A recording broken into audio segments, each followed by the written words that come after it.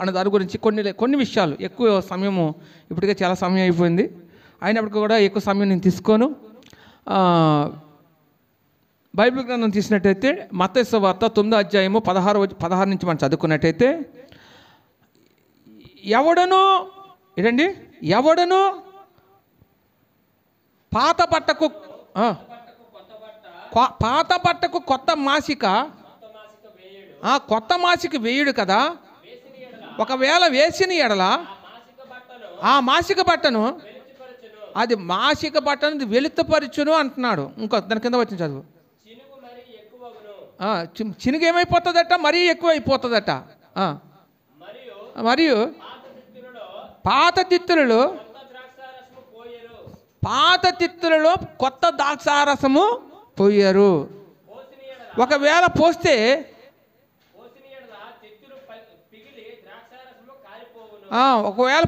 పాత తిత్తుల్లో కనుక ద్రాక్షారసం పోస్తే ఆ తిత్తులు ఏమైపోతాయట, పగిలిపోయి ఏం చేస్తాయట, ద్రాక్షారసం అంతా కారిపోతుందట, ఒలిగిపోతుంది అనే విషయాన్ని అక్కడ చెప్పుకొస్తాడు. ఇక్కడ పాత కొత్త అన్న దాని గురించి కూడా రాయబడి ఉంది.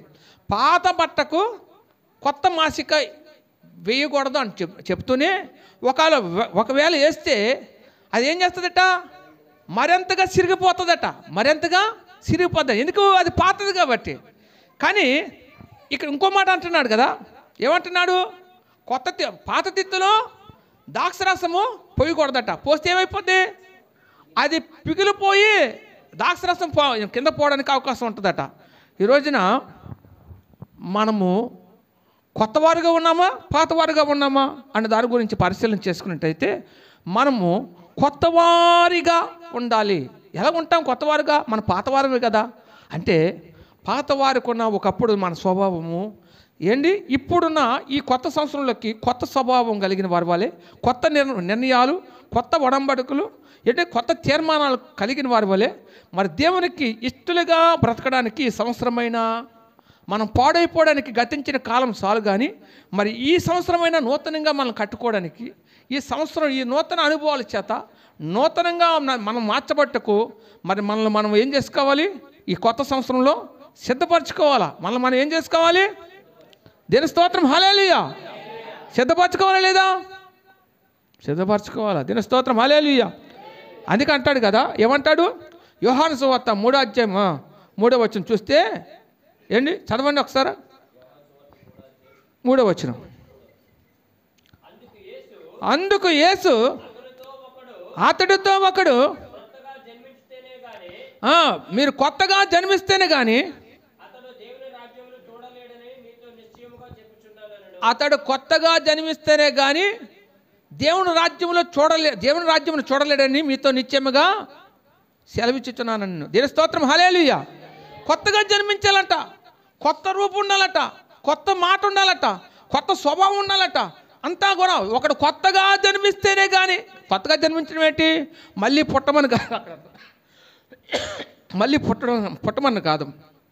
ఇప్పుడు వరకు నువ్వు చేసిన ప్రతి అతిక్రమములకు, ప్రతి విధమైన అవిధేయతకు, ప్రతి విధమైన వెకిలి చేష్టలకు, లేకపోతే ఇంకేదైనా సరే ప్రతి పాపానికి గతించిన కాలం అంతా సరిపోయింది. ఈ సంవత్సరమైన నీలో ఆ కొత్తదనం కనబడాలని దేవుడు కోరుకుంటున్నాడు. దేవుని స్తోత్రం, హల్లెలూయా. ఒకడు కొత్తగా జన్మించడం అంటే ఏంటి, దేవుని కోసము మారు మనసు పొంది దేవుని నిమిత్తమే, దేవుని కోసమే, దేవుని కొరకే బ్రతికేవాడు కొత్తగా జన్మించిన వాడితో సమానం. దేవుని స్తోత్రం, హల్లెలూయా. ఒకప్పుడు వాడికి ఏముండదు, చాలా ఈర్ష్యాపరుడు, చాలా కోపిష్టి, లేకపోతే అసూయతో నింపబడినవాడు, లేకపోతే ఓర్వలేనితనం కలిగిన వాడు, ఎవరితో కూడా సమాధానం లేక వాడి ఇష్టానికి బ్రతుకుతున్నవాడు. ఇప్పుడు క్రీస్తుని ధరించుకున్నాడు ఏమో కానీ ఆ క్రీస్తు యొక్క స్వభావం కలిగిన వాడి వలె క్రీస్తు యొక్క గుణగణాలను లోకానికి తన ద్వారా ప్రచురపరుస్తూ లోకమంతను అంతటిని కూడా ఆకర్షించే విధంగా ఈ వ్యక్తి కొత్తగా జన్మించేటట్టు కాబడాల. దేవుని స్తోత్రం, హల్లెలూయా. అలాగా ఎప్పుడైతే అవపడతాడో అప్పుడు ఈ మనిషి క్రీస్తు మనిషి, ఈయన నిజముగా దేవుని కుమారుడు అనే విషయాన్ని లోకులందరూ గుర్తించేటట్టు నీవు అంత కొత్తగా కనపడటకు నువ్వు సిద్ధపరచుకోవాలి. దేవుని స్తోత్రం, హల్లెలూయా. దేవుడు అంటున్నాడు కదా, ఒకడు కొత్తగా జన్మిస్తేనే తప్ప వాడు పరలోక రాజ్యానికి వారసుడు కానేరడు అంటున్నాడు. దేవుని స్తోత్రం, హల్లెలూయా. 2 కొరింథీయులకు రాసిన పత్రిక తీయండి. 2 కొరింథీయులకు రాసిన పత్రిక 5వ అధ్యాయము 17వ వచనం. కాగా ఎవడైనను క్రీస్తునందున్న ఎడల వాడు నూతన సృష్టి, పాతవి గతించెను, ఇదిగో కొత్తమైన సమస్తము నూతనమైన విషయాన్ని ఇక్కడ చెప్తాడు. దేవుని స్తోత్రం, హల్లెలూయా. ఎవడైనా క్రీస్తునందు ఉంటే, ఎవరైనా క్రీస్తునందు ఉంటే, ఎవరు ఉండలేదు ఇప్పుడు క్రీస్తునందు? ఉన్నావా? మీరున్నారండి? క్రీస్తునందు ఉన్నవారు ఎవరు? అసలు క్రీస్తునందు ఉండడం అంటే ఏంటి? మనం ఇప్పుడు క్రీస్తునందు ఉన్నాము కాబట్టి క్రీస్తు మనుషులుగా దేవుని సన్నిధిలో మనం ఏం చేస్తున్నాము? ఉన్నాము. లేకపోతే క్రీస్తునందు ఉండలేని వారందరూ కూడా ఎక్కడ కలుపుతారు? ఇక్కడ కాదట, వెలుపలగా. ఏంటండి? వెలుపల వాళ్ళ సంతోషాన్ని వెతుక్కుంటారు, వెలుపల ఉన్న ఏంటండి మార్గాలు అన్వేషిస్తారు, వెలుపల ఉన్న ఆనందం కొరకు పాకులాడతారేమో. కానీ మనం దేవుని ఆనందం కోసము దేవుని సన్నిధిలో దేవుని సన్నిధిలో క్రీస్తునందు ఉండడం కోసం మనం ప్రత్యేకించుకొని ఆ సన్నిధిలో ఆ సన్నిధిలో ఉన్నవారందరూ కూడా ధన్యులని చెప్తున్నాడు. దేవుని స్తోత్రం, హల్లెలూయా. నూతన సృష్టి అని చెప్తున్నాడు. దేవుని స్తోత్రం, హల్లెలూయా. ఈ నూతన సృష్టిలో మనం నూతనంగా సృష్టింపబడిన వారం కదా. అయితే పాతవు గతించిపోయి సమస్తము నూతన మగును అంటాడు. దేవుని స్తోత్రం, హల్లెలూయా. పాతవు గతించిపోవాలట. పాతవు గతించిపోవాలంటే ఏంటి? ఇంకా ఎక్కడైనా పాత రోతట.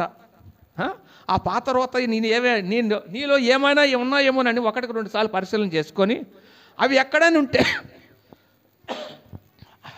ఉంటే నిన్ను బాగు చేసుకోవడానికి, పరిశీలన చేసుకోవడానికి, నిన్ను పరిపూర్ణంగా మార్చుకోవడానికి, సరికొత్తగా నిన్ను తీర్చిదిద్దుకోవడానికి నీ వంతు ప్రయత్నము చేసుకోమంటున్నాడు. దేవుని స్తోత్రం, హల్లెలూయా. గట్టిగా హల్లెలూయా. దేవుని స్తోత్రం, హల్లెలూయా. అయితే మనం నూతన సృష్టి అంట. మనం ఎవరండి? నూతన సృష్టి అంట. నూతనంగా రూపించబడిన వ్యక్తులం అంట. మనం నూతనంగా సృష్టింపబడిన వ్యక్తులం అంట. ఒకప్పుడు మనలో ఉన్న ఆ పాత చేష్టలన్నీ పోయి నవీన స్వభావం ధరించుకున్న వారి వలె కొత్తదనంతో మనం ఏం చేయాలి? కొత్తదనంతో ఏం చేయాలి? ఆయన సన్నిధిలో కనపడేటట్టు మనం ఏం చేసుకోవాలి? సిద్ధపరచుకోవాలి. దేవుని స్తోత్రం, హల్లెలూయా, హల్లెలూయా. గట్టిగా హల్లెలూయా. అందుకే అంటాడు కదా, 1 పేతురు తీయండి. 1 పేతురు 2వ అధ్యాయము 3వ వచనం. ఈ కొత్తగా కనిపించడానికి మనం ఏం చేయాలి? ఈ కొత్తదనం మనలో రావడానికి ఏం చేయాలి? మరి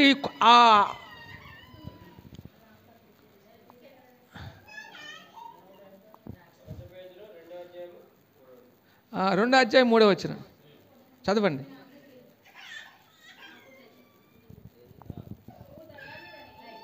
ప్రభు దయాళుడని రుచి చూచి సమస్తమైన దుష్టత్వమును, సమస్తమైన కపటమును, వేషధారణను, అసూయను, సమస్త దోషణ మాటలను మాని కొత్తగా జన్మించిన శిశువులను పోలిన వారై నిర్మలమైన వాక్యమును పాలవలన రక్షణ విషయములో ఎదుగు నిమిత్తము ఆ పాలును అపేక్షించుడి. మనుషుల చేత విసర్జింపబడినను దేవుని దృష్టికి ఏర్పరచబడినదయు అమూల్యమును సజీవమునైన రాయగు ప్రభువునద్దకు వచ్చిన వారై యేసుక్రీస్తు ద్వారా దేవునికి అనుకూలములకు ఆత్మ సంబంధమైన బలులు అర్పించుటకు పరిశుద్ధ యాజకులుగా ఉండినట్లు మీరును సజీవమైన రాళ్ళవలె నుండి ఆత్మ సంబంధమైన మందిరముగా చాలండి కట్టబడుచున్నారు. దేవుని స్తోత్రం, హల్లెలూయా. మీరు ఇక్కడ ఒక మాట చెప్తూ ఉన్నాడు, ప్రభు దయాళుడని మీరు రుచి చూచి ఉన్న ఎడల సమస్తమైన దుష్టత్వం అట. ఏ దుష్టత్వం? సమస్తమైన దుష్టత్వము, సమస్తమైన కపటము, వ్యాసధారణ, అసూయ, సమస్తమైన దూషణ మాటలు మానుకొని కొత్తగా జన్మించాలట. వీటికి భిన్నంగా మనం ఏం చేయాలి? వీటికి భిన్నంగా, వీటన్నిటికీ ఇప్పుడు పైన చెప్పబడిన ప్రతి వాటికి భిన్నంగా మనం ఏం చేయాలి? రూపాంతరం చెందాలి. భిన్నంగా ఇవేమి మనలో కనపడకూడదు, భిన్నంగా ఉండాలి. అవి మనలో ఉన్నాయనుకో, ఇంకా మన పాత రోతతో కూడిన వారమే, పాత రోతతో కూడిన వారమే. వీటికి భిన్నంగా మనం ఏం చేయాలట? అమ్మ ఆలకించండి. వీటికి భిన్నంగా మనం ఏం చేయాలట? వీటికి భిన్నంగా మనం ఏం చేయాలట? రూపాంతరం చెందాలట అంటాడు కదా. ఎలా రూపాంతరం చెందాలో చెప్తాను. ఏంటి? ఈ దూషణ మాటలన్నింటినీ మాని కొత్తగా జన్మించిన శిశువుని పోలిన వారే. అంటే కొత్తగా కొత్తగా జన్మించిన శిశువు అంటే ఏంటి అమ్మా? కొత్తగా జన్మించిన శిశువు అంటే ఏంటి? అప్పుడే పుట్టిన పిల్లలు ఎలాగైతే ఎదుగుతూ క్రమక్రమేపి ఒకటి నూతనంగా నేర్చుకుంటారో, అలాగా దేవుళ్ళలోకి వచ్చిన తర్వాత, దేవుని అనుభవాల్లోకి వచ్చిన తర్వాత మనము మన ఆత్మీయ జీవితము నూతనయుతంగా ఏంటండి రూపాంతరం చెందే విధంగా మనలో గొప్ప మార్పు రావాలా. దేవుని స్తోత్రం, హల్లెలూయా. మరి ఆ మార్పు ఎలాగొస్తుంది? అమ్మ దయచేసి ఒక్కసారి ఇక్కడ మీరు గమనించండి ప్రియులరా. కొత్తగా జన్మించిన శిశువును పోలిన వారని చెప్పాం కదా. మరి ఎలా శిశువుని పోలి నడుచుకుంటాం? ఆ ప్రవర్తన ఎలాగొస్తుంది అని మనం ఎప్పుడైనా పరిశీలన చేసుకున్నామా?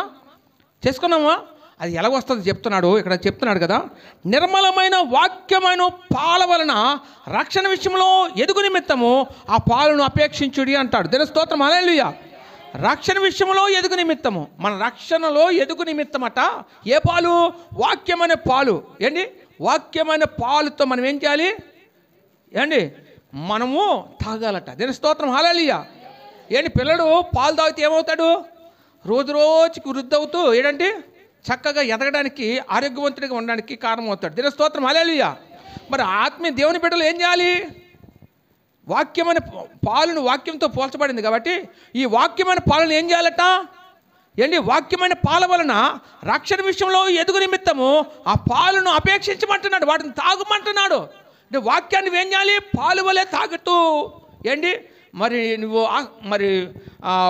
వాక్యాన్ని స్వీకరించగలిగితే అప్పుడు నువ్వు అట్ట దేవుళ్ళో నూతనంగా కొత్తగా జన్మించిన వాడుగా రూపాంతరం చెందుతావని విషయాన్ని పరిశుద్ధాత్మ దేవుడు మాట్లాడుతున్నాడు. దేవుని స్తోత్రం, హల్లెలూయా.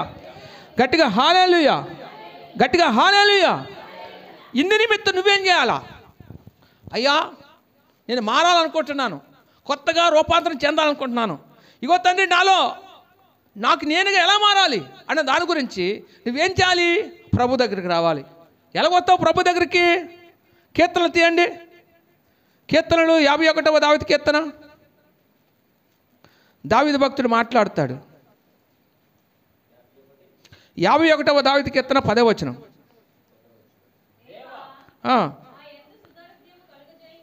నా యందు శుద్ధ హృదయము కలుగజేయము, నా అంతరంగములో స్థిరమైన మనసును. చాలండి. దీని స్తోత్రం, హల్లెలూయా. దేవా, నా యందు శుద్ధ హృదయము. ఏ హృదయము? శుద్ధ హృదయము, క్లీన్. ఇంకా అందులో ఇంకా ఏమీ లేకుండా మచ్చ కానీ, మడత కానీ, మరక కానీ ఇంకేమీ లేకుండా శుద్ధినిగా నేను మార్చు. శుద్ధినిగానే మాట ఇంకో మాట చెప్తాడు అక్కడ. ఏంటండి? ఇగో హిమము కంటే తెల్లగా నన్ను ఇస్సోపుతో కడిగినట్టుగా నన్ను కడిగి ప్రభువా, నన్ను సరిచే ప్రభు అని దావీదు ఇంకో దగ్గర కూడా మాట్లాడుతాను. ఎందుకు అంటే, దేవా నా యందు శుద్ధ హృదయము కలుగజేయము, నా అంతరంగములో స్థిరమైన మనస్సు పుట్టించము అంటాడు. దేవుని స్తోత్రం, హల్లెలూయా. నీలోని నీ మనసు చెంచల మనసు అయ్యి పలు విధాలుగా, ఇక్కడ ఉన్నప్పుడు ఒకలాగా, అక్కడికి వెళ్ళేసరికి ఇంకొకలాగా, పలు విధాలుగా చెంచల మనసు. దాన్ని ఏ మనసు అంటారు? చెంచల మనసు. ఇప్పుడు నాతో మాట్లాడిన మాట ఇప్పుడు నాతో మాట్లాడతావు, ఆ క్షణానికి పక్కకి వెళ్ళి ఇంకోళ్ళతోటి ఇంకో రకంగా మాట్లాడతావు. మరి ఇంకొకరి దగ్గర కనబడితే ఇంకొకలా మాట్లాడతావు. అంటే ఇదే మనసు? స్థిరత్వం లేని మనసు, చెంచల మనసు. ఆ చెంచల మనసు ఏంటండి? ఆ చెంచల మనసు మనలో లేకుండా స్థిరమైన మనసు నాకు పుట్టించంటాడు దావీదు. స్థిరమైన మనసు నాలో పుట్టించు దేవా. ఒకదాని యందే మనసు కలిగిన వాడి వలె, ఒకదాని యందే నేను దృష్టి కలిగిన వాడి వలె నుంచు నన్ను స్థిరమైన మనసు నాకు పుట్టించనేసి దావీదు దేవుణ్ణి ఎలాగైతే కోరుకుంటున్నాడో మనం కూడా ఏం చేయాలి?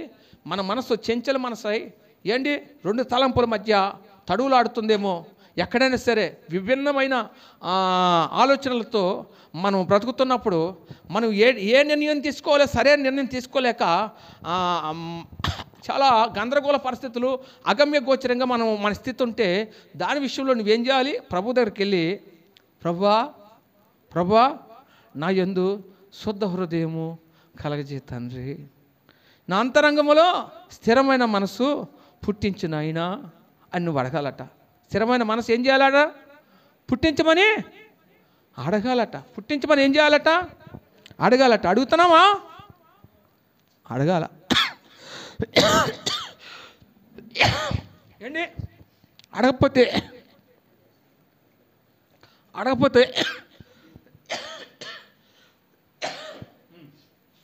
దీని స్తోత్రం, హల్లెలూయా. అడగకపోతే అవుతుందా? అమ్మ ఆలకించండి. అడగకపోతే ఏమైనా అవుతుందా? అడగాలి. ఎందుకు అడగాలి? ప్రియమైన వాళ్ళారా, ఒక మాట చెప్తాను చూడండి. తప్పిపోయిన కుమారుడు ఉన్నాడు కదా, తండ్రి చిత్తం కాదని, తండ్రి ఇష్టం కాదని తండ్రి దగ్గర నుంచి ఏం చేశాడు? తండ్రిని కాదని చెప్పి తండ్రి దగ్గర సమస్తాన్ని విడిచిపెట్టి ఏం చేశాడు? తండ్రి నుంచి వెళ్ళిపోయాడా లేదా? వెళ్ళిపోయిన తర్వాత తన దగ్గర ఉన్నప్పుడంతా స్నేహితులు ఉన్నారు, అందరూ ఉన్నారు. తన దగ్గర ఎప్పుడైతే లేదని తెలుసుకోగలే ఆ స్నేహితులు అందరూ విడిచి వెళ్ళిపోయారు. దేవుని స్తోత్రం, హల్లెలూయా. విడిచి వెళ్ళిపోయిన తర్వాత ఏం జరిగింది? ఆలకించండి బాబు. విడిచి వెళ్ళిన తర్వాత ఏం జరిగింది? విడిచి వెళ్ళిన తర్వాత ఇతనికి ఆకలి అవుతుంది, అన్నం ఏంటండి, ఆహారం లేదు. ఆహారం లేని సమయంలో మరి ఎన్నాళ్ళు పస్తులు ఉంటాడు? ఒక పందులు మేపే ఒక యజమాని ఉంటే ఆ యజమాని దగ్గరికి వెళ్ళి నాకు పని కావాలన్నప్పుడు పని ఇచ్చాడన్నమాట, పందులు మేపమని. ఈ ఆకలి బాధ తాళలేక ఏం చేస్తాడండి? వెళ్ళి పందులకు పెట్టినటువంటి ఆ పొట్టనే తిని బతుకుదామని చెప్పి గబగబ వెళ్ళి ఆ పందులు పెట్టినటువంటి ఆ పొట్టు ఏదైతే ఉందో దాన్ని తిందామని దగ్గరకు సమీపించగలి ఆ యజమానుడి అతన్ని ఏం చేస్తాడండి? ఆ ఉద్యోగానికి తీసేసి అతన్ని బయటికి నెట్టివేస్తాడు. దేవుని స్తోత్రం, హల్లెలూయా. అప్పుడు ఈ తప్పిపోయిన కుమారుడికి ఏమొస్తుందట? మరలా బుద్ధి వచ్చినప్పుడు అన్నమాట మనం చూస్తున్నాం. దేవుని స్తోత్రం, హల్లెలూయా. సందర్భం వచ్చింది కాబట్టి చెప్తున్నాను. బుద్ధి వచ్చినప్పుడు ఏమనుకున్నాడట? నా తండ్రి దగ్గర అనేక మంది పని వాళ్ళు ఉన్నారు, ఆ పని వాళ్ళలో నేను ఒక్కడిగా ఉంటే వాళ్ళతో పాటు నాకు కూడా ఏం జరుగుతుంది? అన్నం దొరికేదేమో, నాకు బువ్వ దొరికేదేమో. నేను అక్కడ లేని కారణాన్ని బట్టి ఈరోజు నేనేం చేస్తున్నాను? ఇక్కడ పందులు పెట్టే పొట్టు తినవలసి వచ్చినా సరే అది కూడా దొరకకుండా పోయింది అని చెప్పి తనలో తాను పిమ్మట మనసు మార్చుకొని, ఇదిగో నా తండ్రి ఎదుట నా తండ్రి దగ్గరికి వెళ్ళిపోవాలని ఒక ఆలోచన పుట్టి ఏం చేశాడట? నా తండ్రి ఏమని ఎలా అనుకున్నాడట? ఒకప్పుడు నా తండ్రి దగ్గర ఉన్న నా ఆధిక్యత, కుమారుడైన ఆధిక్యత పూర్తిగా వదులుకొని ఒక పని వాళ్ళలో ఒక్కడిగా నేను ఏం చేద్దాము? వెళ్ళిన సరే నా తండ్రి పాదాల దగ్గర కూర్చుంటే నాకేం దొరుకుతుంది? బువ్వ దొరుకుతుంది అనుకున్నాడట. దేవుని స్తోత్రం, హల్లెలూయా. అతని రూపానికి ఏం చేశాడండి? రూపం కోల్పోయాడు. ఆకారానికి ఏ రకంగా కూడా కనపడలేదు. చాలా చినిగిపోయిన బట్టలతో ఎక్కడో వెలుపుడున్నాడన్నమాట. తండ్రి ఎదుట ఇంటి వెలుపులు ఉంటే అక్కడ 10 మంది ఎవరు గుర్తించలేదు, ఎందుకంటే ఆడెవరో పిచ్చాడు అనుకుంటున్నారు. కానీ దూరం నుంచి తండ్రే చూసి ఆ కుమారుని గుర్తుపెట్టి గబగబా ఆ కుమారుని పట్టుకొని హత్తుకొని ఏం చేశాడట? లోపల తీసుకొచ్చి స్నానం చేయించి ప్రశస్తమైన వస్త్రాలు ధరించి ఏం చేశాడట? ఉంగరం పెట్టి ఏం చేశాడట?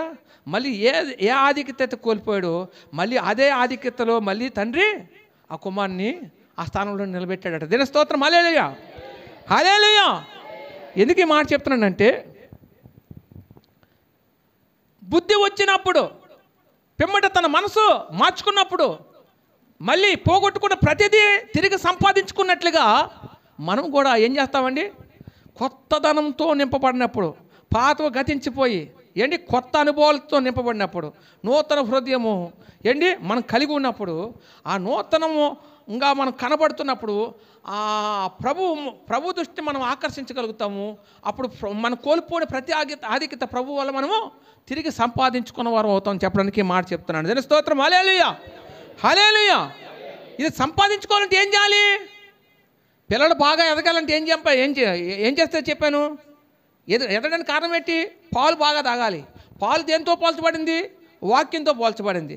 వాక్యం అనే ఇక్కడ ఏమంటాడు ఏంటి? వాక్యం అనే పాలను అపేక్షించమంటాడు.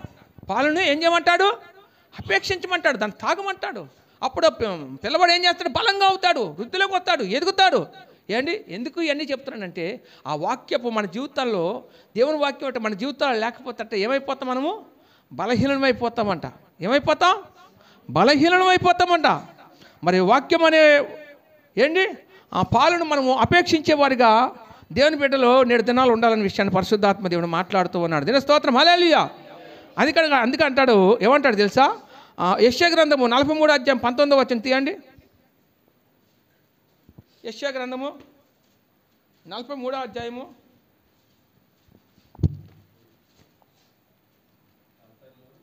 19. ఇదిగో నేను ఒక నూతన క్రియ చేయుచున్నాను. ఇదిగో నేను ఒక నూతన క్రియ చేయుచున్నాను, ఇప్పుడే అది మొలుచును. మీరు దాని గురించి ఆలోచింపరా? నేను అరణ్యములో త్రోవను కలగజేయుచున్నాను, ఎడారిలో నదులను పారజేయుచున్నాను. నేను ఏర్పరచుకున్న ప్రజలు తాగుటకు అరణ్యములో నీళ్లు పుట్టించుచున్నాను, ఎడారుల్లో నదులను కలగజేయుచున్నాను, అడవి జంతువులను, అడవి కుక్కలను. చాలు ఇంకేం అవసరం లేదండి. అసలు విషయానికి ఎక్కడికో పోతున్నాం. ఇక్కడ ఏం చెప్తున్నాడు? 43 అధ్యాయము 19 వచ్చిన చూస్తే, ఇదిగో నేను ఒక నూతన క్రియ చేయుచున్నాను, అది ఇప్పుడే మొలుచును అంటున్నాడు. దీని స్తోత్రం, హల్లెలూయా. అది ఎప్పుడు మొలిచినట్ట? ఇప్పుడే మొలిచినట్ట. ఏంటి ఆ నూతన క్రియ? ఏం చేయాలనుకుంటున్నాడు దేవుడు? నేను అరణ్యంలో త్రోవను కలగజేయవాడును, ఎడారిలో నదులను ప్రవహింపజేయగలవాడును. అంతేకాదు, నేను ఏర్పరచుకున్న నా ప్రజలకు తాగుటకు అరణ్యంలో నీళ్ళు పుట్టించమని కూడా నేనే అంటున్నాడు. దీని స్తోత్రం, హల్లెలూయా. ఎడారిలో ఎక్కడ నీళ్ళు వస్తాయండి? నదులు పారుతాయండి ఎక్కడన్నా? కానీ నేను పారిస్తాను. నేనేం చేస్తాను? నా ప్రజల కొరకు నేను పారిస్తాను అంటున్నాడు.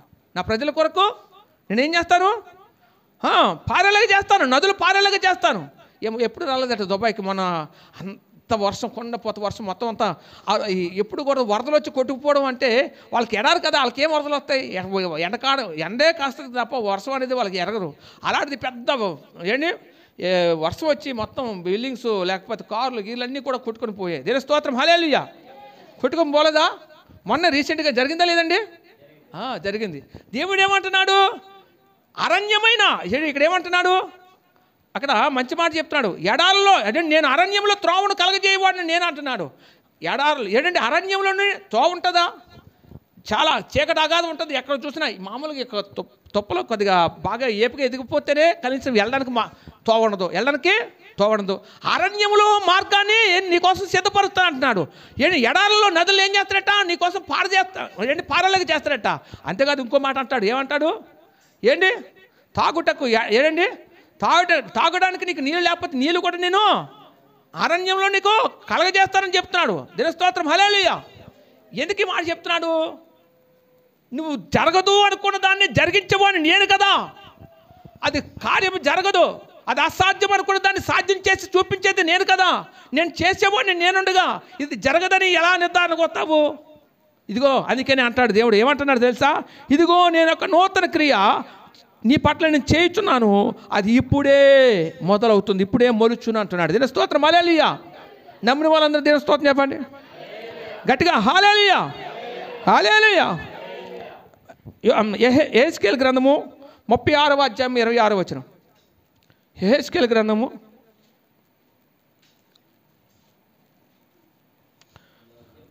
36:26.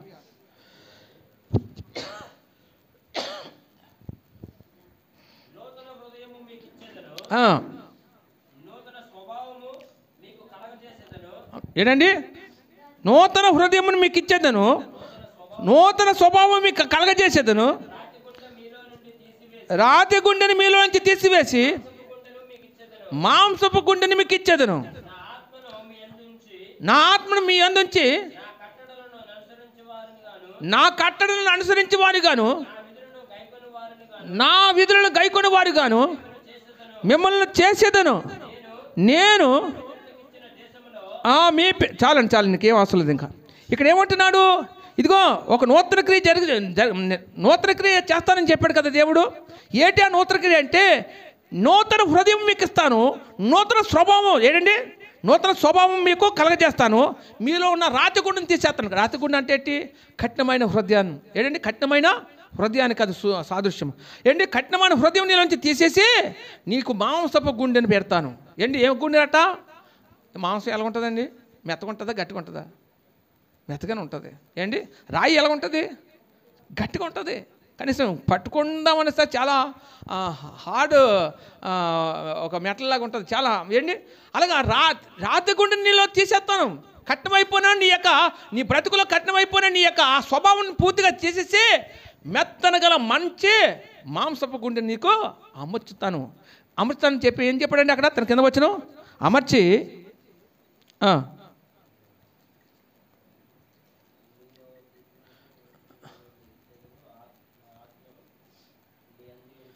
నా ఆత్మను మీ యందుంచి నా కట్టలను అనుసరించి వారు గాను నా విధులను గైకొను వారు గాను మిమ్మల్ని చేసేదను. మరి మనలో మెత్తన గుండె ఉంది, అర్థం చేసుకునే మనసు పెట్టాడు దేవుడు. అది రావాలంటే ఏం రావాలి, దేవుని ఆత్మ వలనే అది సాధ్యమవుతుంది. ఆత్మ లేకుండా ఆ మెత్తగా చేపడము, శుతి మెత్తగా చేపడినాము, కాఠిన్యము నుంచి మనము బయటపడలేము. ఇగో నుంచి ఏంటి, ఈర్ష్యా స్వభావం నుంచి మనం బయటపడలేము. అది రావాలంటే దేవుని ఆత్మ మనలో ఉండాలి. దేవుని స్తోత్రం, హల్లెలూయా. అందుకంటాడు, అందుకనే మాంసం గుండెని మీకు ఇచ్చేదను, నా ఆత్మను మీ యందు ఉంచి నా కట్టడను అనుసరించి వారు గాను నా విధులను గైకొని వారు గాను మిమ్మల్ని చేస్తాను. ఇదే నిశ్చయముగా ఇదే మీ పట్ల నా నూతన ఏంటండి క్రియ. ఇదే మీ పట్ల నా నూతన క్రియ మీ ఎడల జరిగించబోతున్నాను. ఇప్పుడే మొలుచునంటే మీ జీవితాలు అది ఇప్పుడే చిగుర్చునని మాట. దేవుని స్తోత్రం, హల్లెలూయా. అది ఇప్పుడే మొదలవుతుంది. ఈ సంవత్సరము ప్రారంభం మొదలుకొని ముగింపులోవా నీ జీవితంలో ఏదైతే కోల్పోయావో, ఏదైతే నువ్వు ఆ కోల్పోయిన దాన్ని బట్టి ఏడ్చావో, బాధపడి మళ్ళీ తిరిగి సంపాదించుకోవడానికి, తిరిగి పొందుకోవడానికి నేను ఇప్పుడే ఆ కార్యము నీలో నూతన క్రియ జరిగించి అది ఇప్పుడే మొలిపించాను అంటున్నాడు. దేవుని స్తోత్రం, హల్లెలూయా, హల్లెలూయా. ఏంటి అందుకే అంటాడు కదా, మరి మనం దేవుని బిడ్డలుగా ఎలా ఉండాలండి?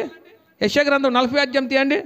31 చూస్తే, యెహోవా కొరకు ఎదురు చూచువారు నూతన బలము పొందుదురు, వారు పక్షిరాజు వలె రెక్కల చాప పైకి ఎగురుదురు, అలయక పరిగెత్తుదురు, సొమ్మశిలక సాగిపోదురు. దేవుని స్తోత్రం, హల్లెలూయా.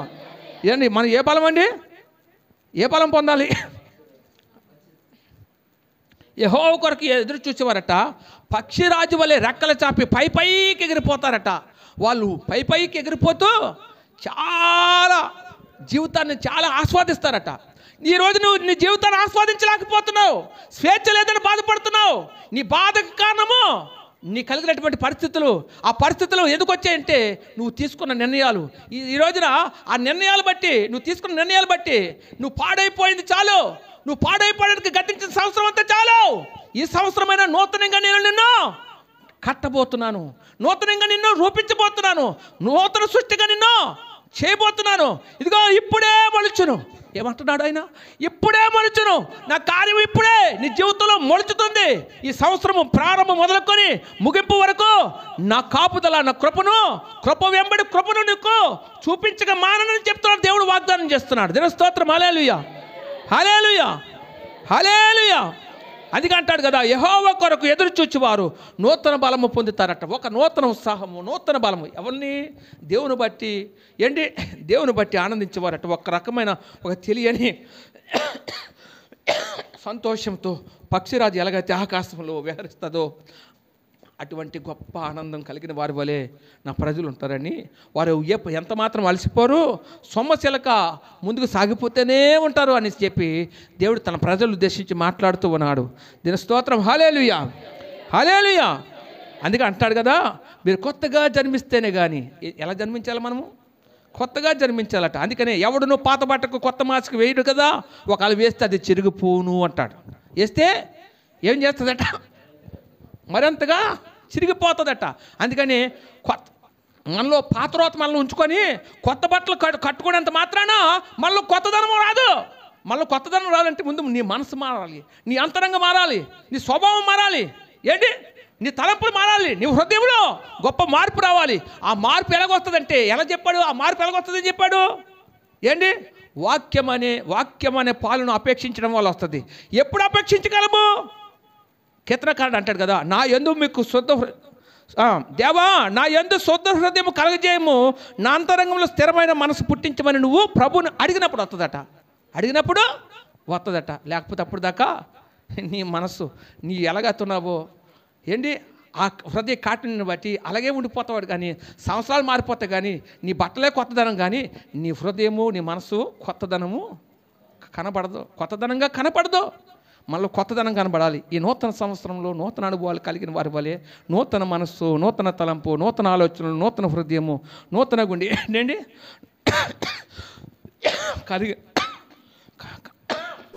కలిగిన వారి వలె మనం ఉందాము.